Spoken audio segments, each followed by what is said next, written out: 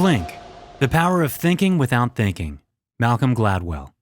Blink by Malcolm Gladwell is a book about snap judgments and intuitive feelings. It has 3 objectives.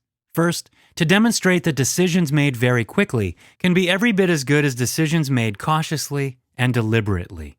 Second, to establish how and when our instincts can betray us. And last but not least, to show that our snap judgments and first impressions can be educated and controlled. So, get ready to discover the power of rapid cognition as well as its weaknesses and drawbacks. The statue that didn't look right. In September of 1983, Basel dealer Gianfranco Becina offered a 6th century kouros to the J. Paul Getty Museum in California. A kouros is a specific type of a freestanding ancient Greek sculpture that represents a nude male youth. There are only 200 in existence, most of them recovered badly damaged. However, Becina's wasn't. It was almost perfectly preserved. It was an extraordinary find. Even so, the Getty moved cautiously. It took the kouros on loan, and for the next 14 months, it conducted a thorough investigation.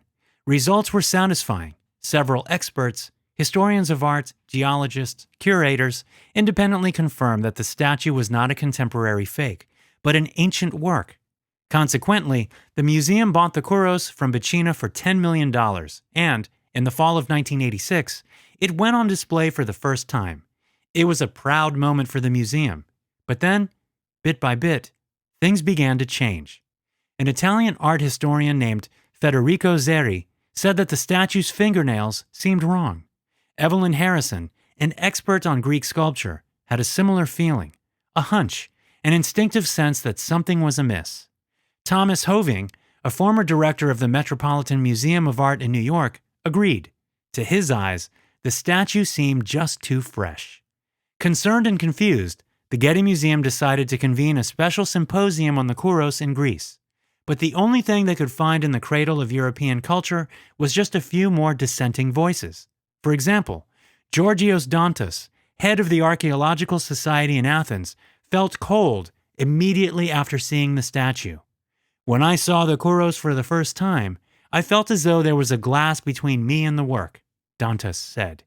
Future studies proved his hunch. Soon after, the museum changed the statue's label to Greek, about 530 BC, or modern forgery, and in 2018 removed the kouros entirely from public display.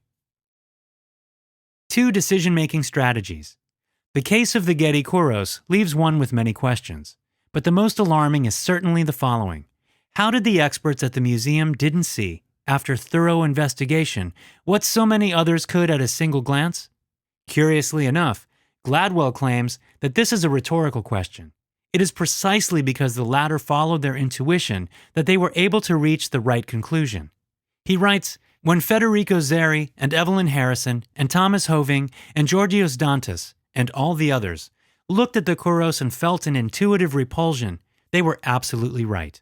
In the first 2 seconds of looking, in a single glance, they were able to understand more about the essence of the statue than the team at the Getty was able to understand after 14 months. Well, Blink is a book about those first 2 seconds and the counterintuitive notion that there can be as much value in the blink of an eye as in months of rational analysis. These 2 are the main strategies our brain uses to make decisions. The rational analysis, also called conscious, is the one you're most familiar with. It's logical, definitive, slow, and it needs a lot of information. The second decision-making strategy, also called rapid cognition, is its exact counterpart. It's intuitive, smart, extremely fast, and occurs below the level of consciousness. The last is its main drawback because, when you make decisions consciously, you know you are making decisions, and you are aware of their genesis and nature. However, in rapid cognition, your adaptive unconscious makes the decisions for you. In most cases, you just make the subsequent actions. Thin slicing and John Gottman's Love Lab. In our daily lives, depending on the situation, we constantly toggle back and forth between our conscious and unconscious modes of thinking. However, as Gladwell writes, we live in a world that assumes that the quality of a decision is directly related to the time and effort that went into making it. In other words, we don't trust our impulsive, quick-firing intuition. Yet, as the Getty kouros case shows, Sometimes it reaches better conclusions and makes sounder decisions than our diligent, conscious brain. But how? To understand this better, allow us to introduce you to American psychologist John Gottman. Ever since the 1980s, he has been videotaping short conversations of married couples in his so-called Love Lab near the University of Washington campus.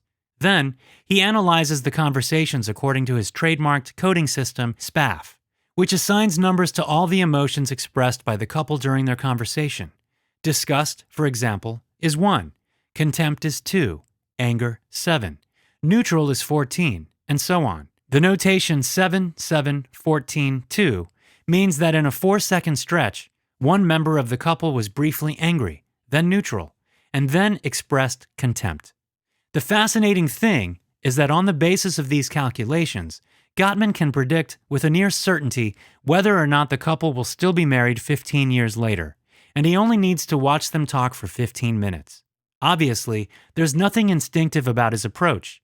He analyzes the videotapes consciously and deliberately, with the help of a system that could only be developed by someone with decades of experience. However, Gladwell writes that Gottman can teach us a great deal about a critical part of rapid cognition known as thin slicing. Thin slicing is the ability of our unconscious to find patterns in situations and behavior based on very narrow slices of experience.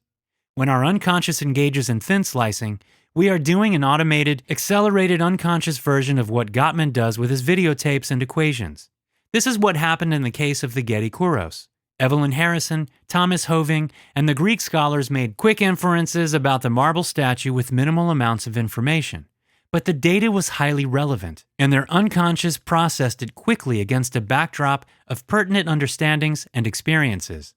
This is why we can make such accurate snap judgments. Our unconscious is incredibly good at filtering out superfluous data and seizing on the fundamental truth. It is also why judgments based on thin slicing can be even more precise than judgments based on much more information. Too much data can confuse and mislead. Andre Agassi's forehand and the Warren Harding error. Did Harrison and Hoving know why they knew the Getty Kouros was a forgery? No, not at all. Because snap judgments happen beneath our conscious awareness of the world. For this reason, as good as we are at making them, we're just as bad at explaining them to others, and even to ourselves. Therein lies the magic, but also the problem of rapid cognition. Take, for example, tennis great Andre Agassi.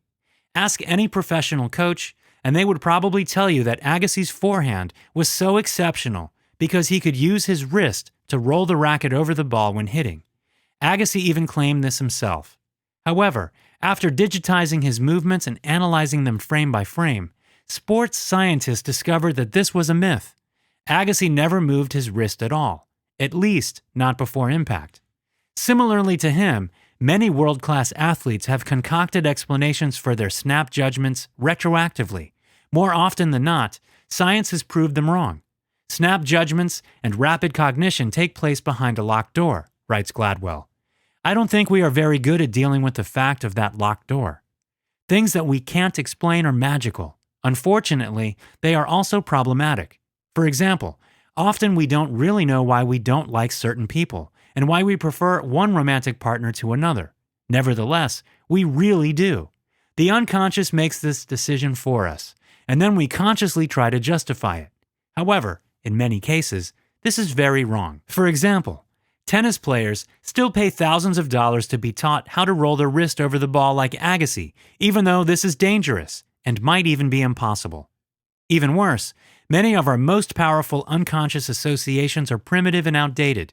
For example, hundreds of studies have demonstrated that height and whiteness, particularly in men, trigger a certain set of very positive, unconscious associations in most people.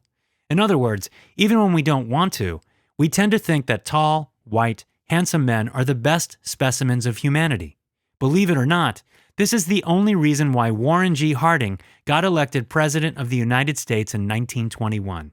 He had no real skills or merits, but he looked presidential. Unsurprisingly, he did nothing to justify his appointment. Today, he is widely considered one of the worst presidents in historical rankings. The tragic case of Amadou Diallo and the beauty of blind auditions. Unfortunately, as tolerant and unbiased as we might consciously be, we regularly tend to make prejudicial and even racist snap judgments at an unconscious level, especially when put under pressure. This is what happened in the early hours of February 4th, 1999, when 4 male New York City police officers shot and killed an unarmed 23-year-old Guinean immigrant by the name of Amadou Diallo. None of the policemen was consciously racist or had demonstrated this type of behavior previously. However, after seeing the frightened Diallo making a move for his pocket, they experienced a breakdown of rapid cognition and fell back on subconscious racist behavior. Ordinarily, we have no difficulty at all at distinguishing between someone terrified and someone dangerous.